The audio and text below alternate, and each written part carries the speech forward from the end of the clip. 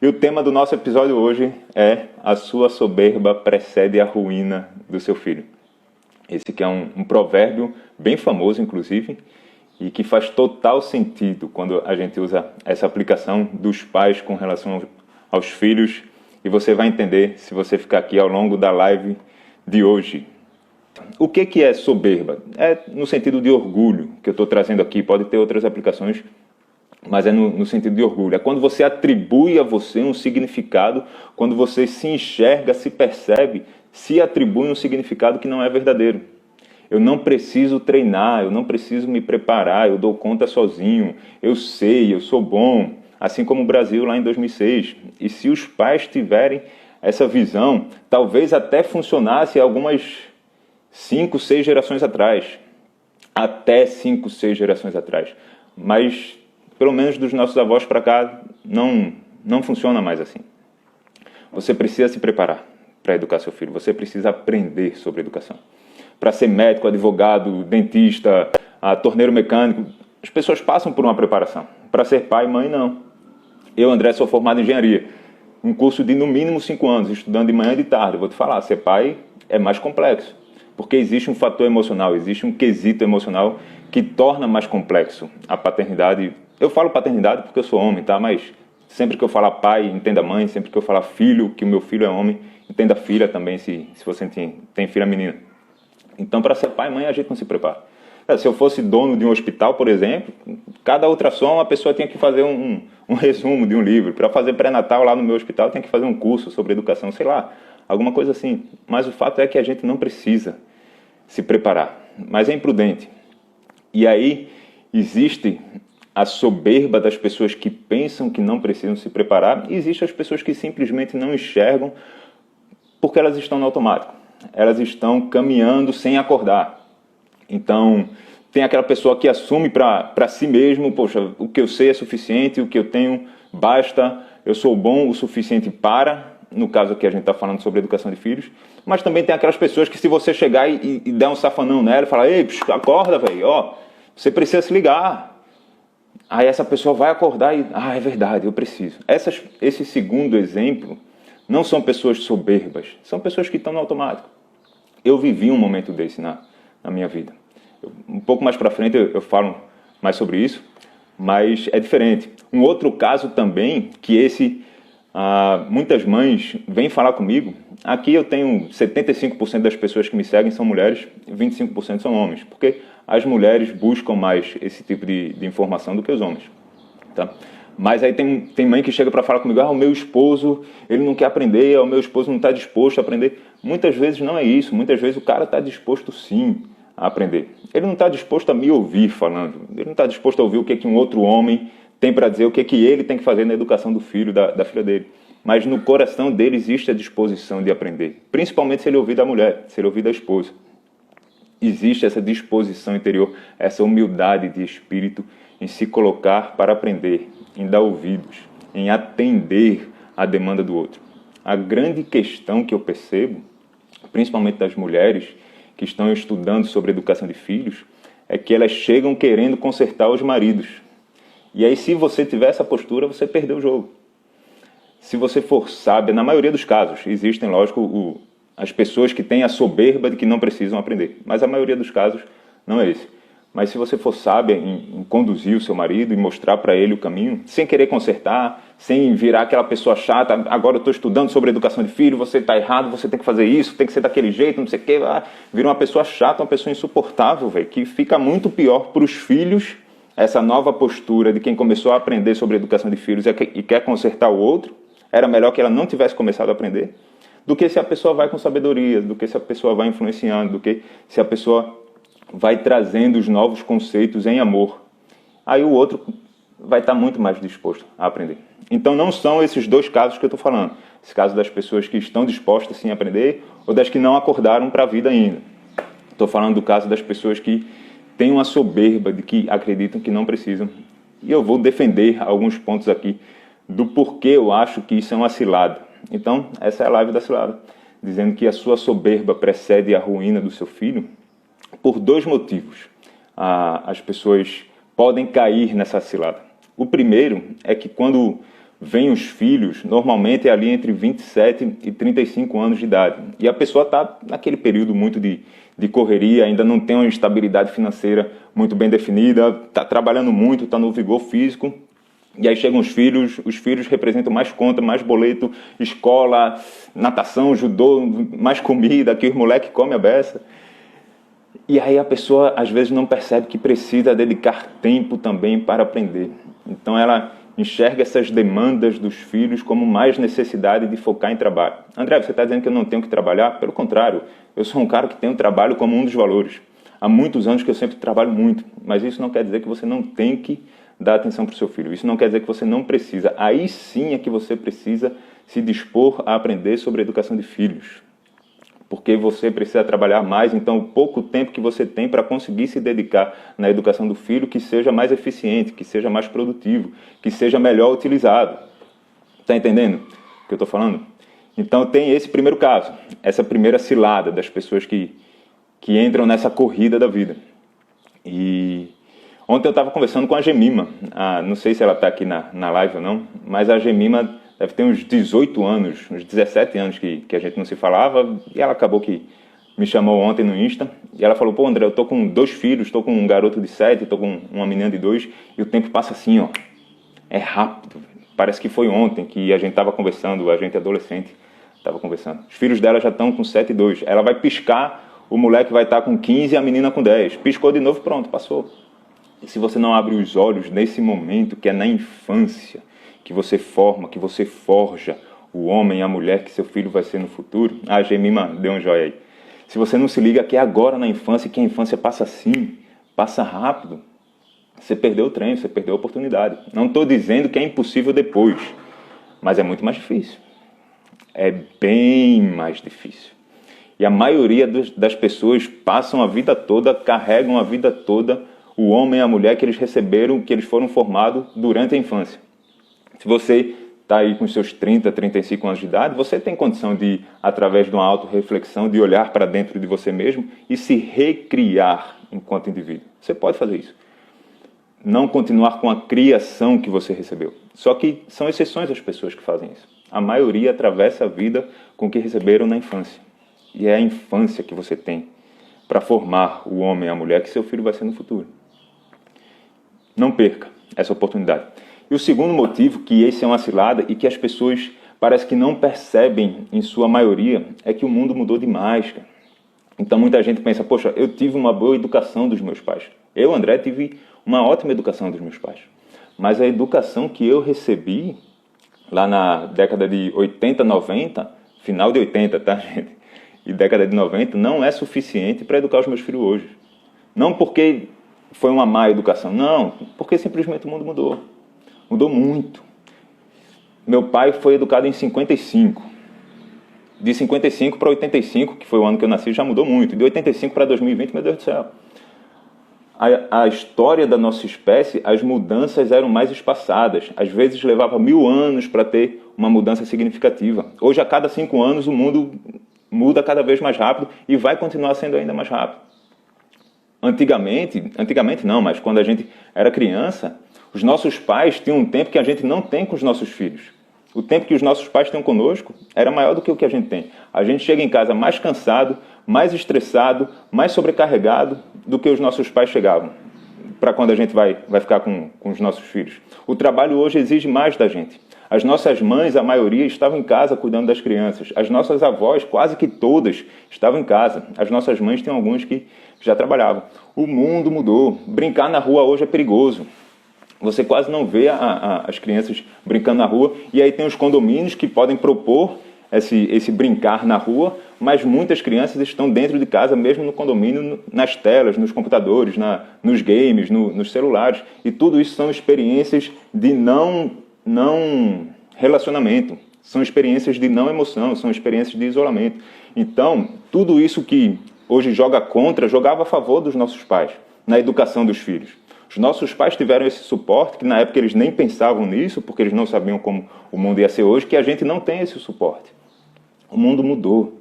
E se eu e você educarmos os nossos filhos com a mesma educação que a gente recebeu dos nossos pais, por melhor que tenha sido, a educação que a gente recebeu foi em outro tempo, em outra época.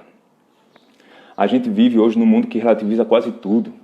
Um discurso de permissividade enorme. A internet dá acesso a coisas que a gente nem imagina. Esse é o curso do mundo. É um pouco do que Paulo fala lá em Efésios. É o curso do mundo, é a direção do mundo, é o sentido, é para onde o mundo está andando. E isso que eu estou falando é numa realidade planetária. Existem, não posso falar universal, porque eu não sei o que tem por aí pelo universo, mas com algumas exceções ao redor do globo, quase que o mundo todo está caminhando nessa direção. É um discurso de muito mais direitos do que deveres. Você já percebeu como essa turma que está vindo aí é uma turma de muitos direitos e poucos deveres? Como que esse discurso é forte hoje? E parece que para o ser humano, quanto mais direito ele acha ter, ele se percebe ter, e não estou dizendo que os direitos não existem ou não são adequados, estou dizendo que a interpretação, ao meu ver, do ser humano parece que quanto mais direitos eu tenho, menos deveres eu tenho. E a verdade é que um homem, uma mulher, na inteireza do que significa ser homem e mulher, entende que tem muito mais deveres do que direito. Antes do direito vem o dever. Então o cara que vai se permitir, é um discurso que está na moda, olha que bonito, eu vou me permitir. Eu estou cansado, cheguei em casa do meu trabalho cansado, eu vou me permitir descansar, eu tenho o direito de descansar. Você tem o direito de descansar, mas antes do direito de descansar, você tem o dever de cuidar do seu filho.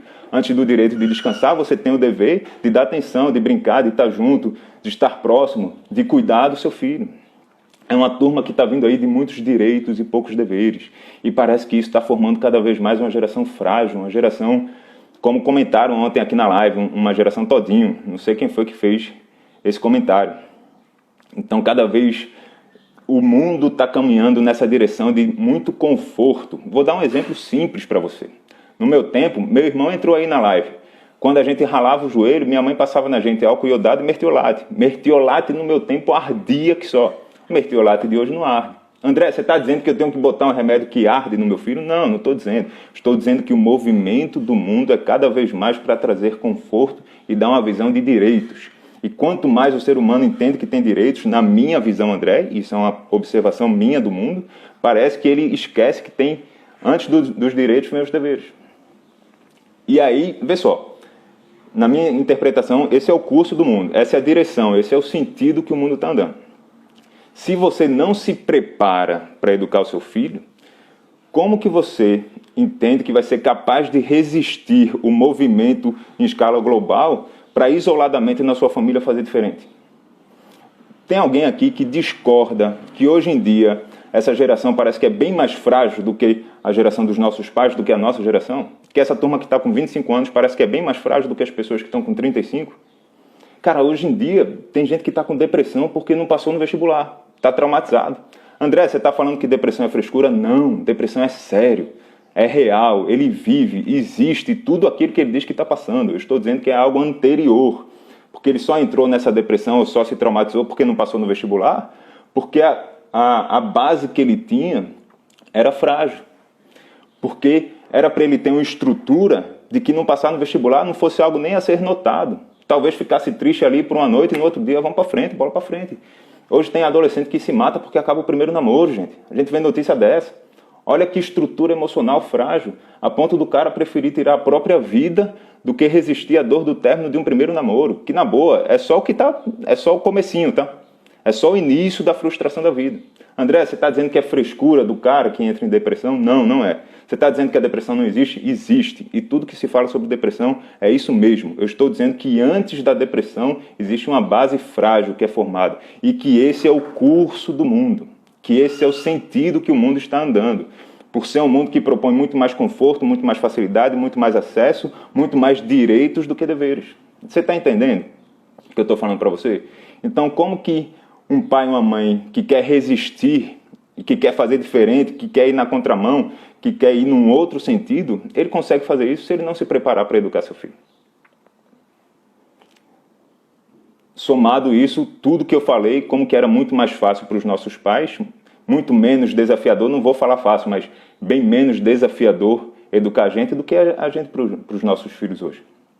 Então hoje eu preciso trabalhar o meu filho muito mais a nível de identidade, porque essas interações na rua que aconteciam, essas durezas da vida que a gente vivia, que os nossos filhos não vão ter, a gente precisa compensar isso trabalhando os nossos filhos a nível de identidade, porque essas coisas que os nossos filhos não vão ter forjavam a identidade dos nossos filhos e tornavam eles homens e mulheres na inteireza do que significa ser, que essa geração de hoje não tem como a gente tinha.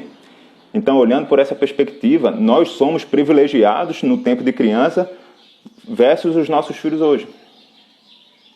E enquanto pai, eu preciso compensar isso na educação que eu dou para o meu filho, mesmo tendo que trabalhar mais, mesmo tendo mais estresse no meu trabalho, mesmo vivendo um mundo mais difícil, mais competitivo, mesmo tudo isso. Ou seja, eu preciso ser para o meu filho um pai melhor do que o pai que eu tive. Não estou falando a nível de caráter, não é isso. Estou dizendo que a nível de performance, enquanto pai, eu tenho a obrigação de ser para o meu filho um pai melhor do que o pai que eu tive. Eu tive um pai excelente, um pai e uma mãe excelente. Então, se os meus pais propuseram para mim e me deram algo muito bom, honrar pai e mãe é me tornar uma versão melhorada dos meus pais e poder proporcionar para o meu filho algo que eu não tive, assim como meu pai proporcionou para mim algo que ele não teve. Não é aquele discurso que é um discurso bonito na teoria, mas que é um discurso, desculpa a palavra, mas miserável, que fala assim, se eu for para o meu filho metade do pai que eu tive, eu vou ser um bom pai. Não, cara. Se eu for para o meu filho metade do pai que eu tive, eu vou ser um péssimo pai. E olha que, observando as médias de hoje, comparado com os pais que eu vejo hoje aí, se eu for metade do pai que eu tive, eu ainda vou ser melhor do que a maioria. Mas eu recebi algo, eu tenho que dar para o meu filho mais. É um discurso bonito, né? Se eu for para o meu filho metade do pai que eu tive, eu vou ser um bom pai. Vai nada, cara, vai ser um pai horrível. Você tem que dar mais do que você recebeu. Ainda mais no mundo de hoje. Faz sentido, gente, o que eu estou falando para você? Então você precisa se preparar para proporcionar para o seu filho uma educação melhor do que a que você recebeu no mundo de hoje, nas dificuldades de hoje, com os acessos que a internet dá hoje, contra o discurso de permissividade que existe hoje. Na vida como ela é, na realidade, não numa utopia, não no mundo ideal. André, como que eu faço para forjar essa identidade do meu filho? Eu vou trabalhar isso muito a fundo na série Forjando Filhos para a Vida. Essas 10 lives que eu estou fazendo servem de preparação. Então aqui eu estou falando para você, ó, se liga nessa cilada de que você não precisa se preparar para educar seu filho. Porque se você for assim, o curso do mundo vai arrastar seu filho.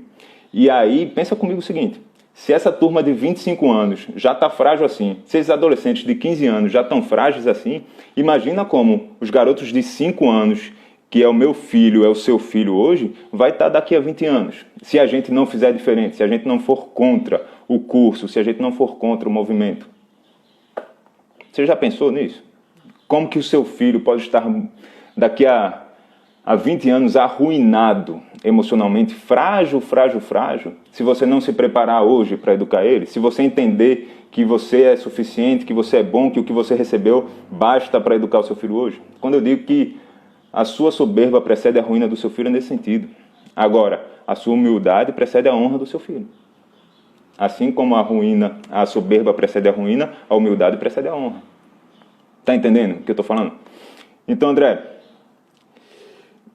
me fala o que eu tenho que tomar cuidado. Duas coisinhas que você tem que tomar cuidado. Primeiro, tem muitos pais que falam assim, pô, eu não tenho tempo para aprender a educar. Cara, você tem que dedicar mais tempo no seu trabalho do que aprendendo a educar seu filho. É óbvio.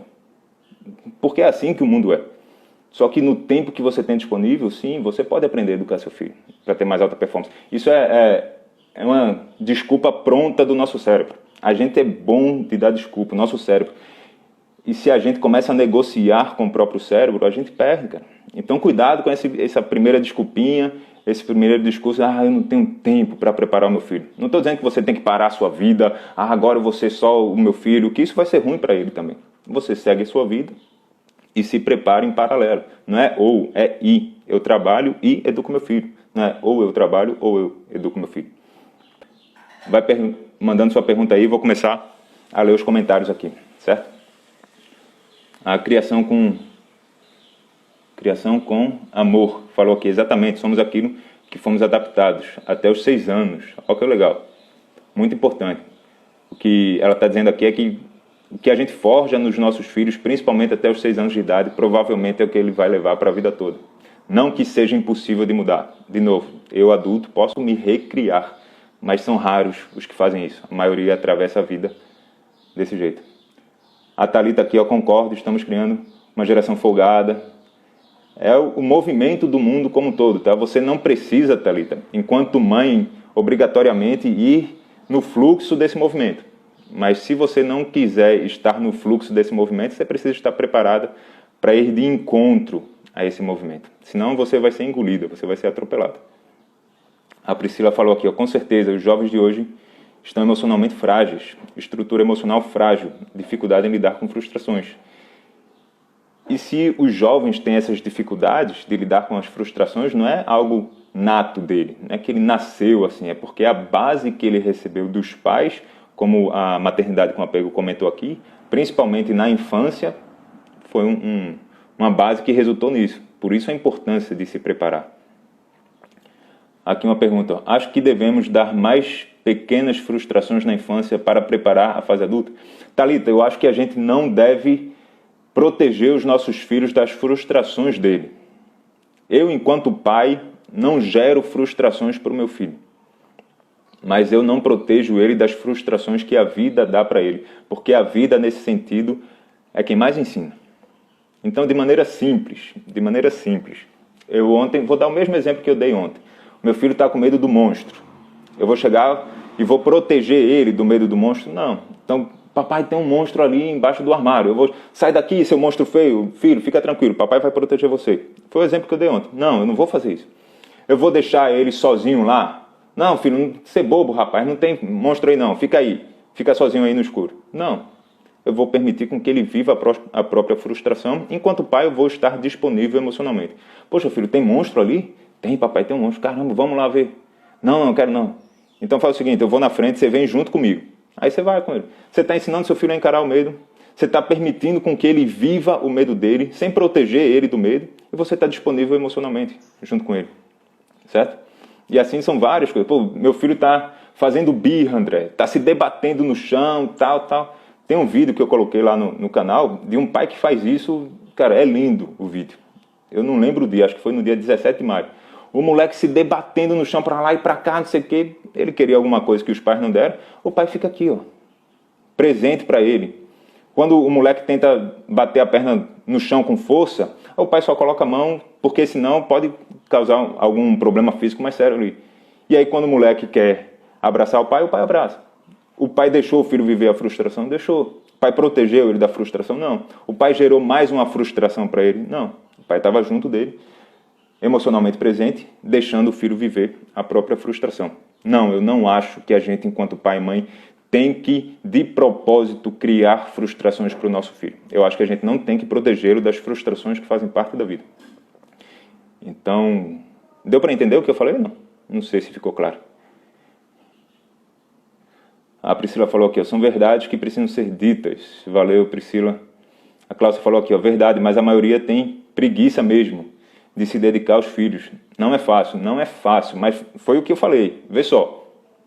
Eu estava conversando com Dona Ana, a avó do Miguel, esses dias. Cara, ela estava dizendo como que os pais deles tiveram, acho que foi 16 filhos. O meu pai teve 3. Hoje em dia a maioria tem 2, um filho. E eles chegavam em casa, tinha lá aquele pai distante emocionalmente, mas era o pai da brincadeira. Era o pai que trabalhava pra caramba, ralava pra caramba, mas quando tinha que cumprir os seus deveres, cumpria.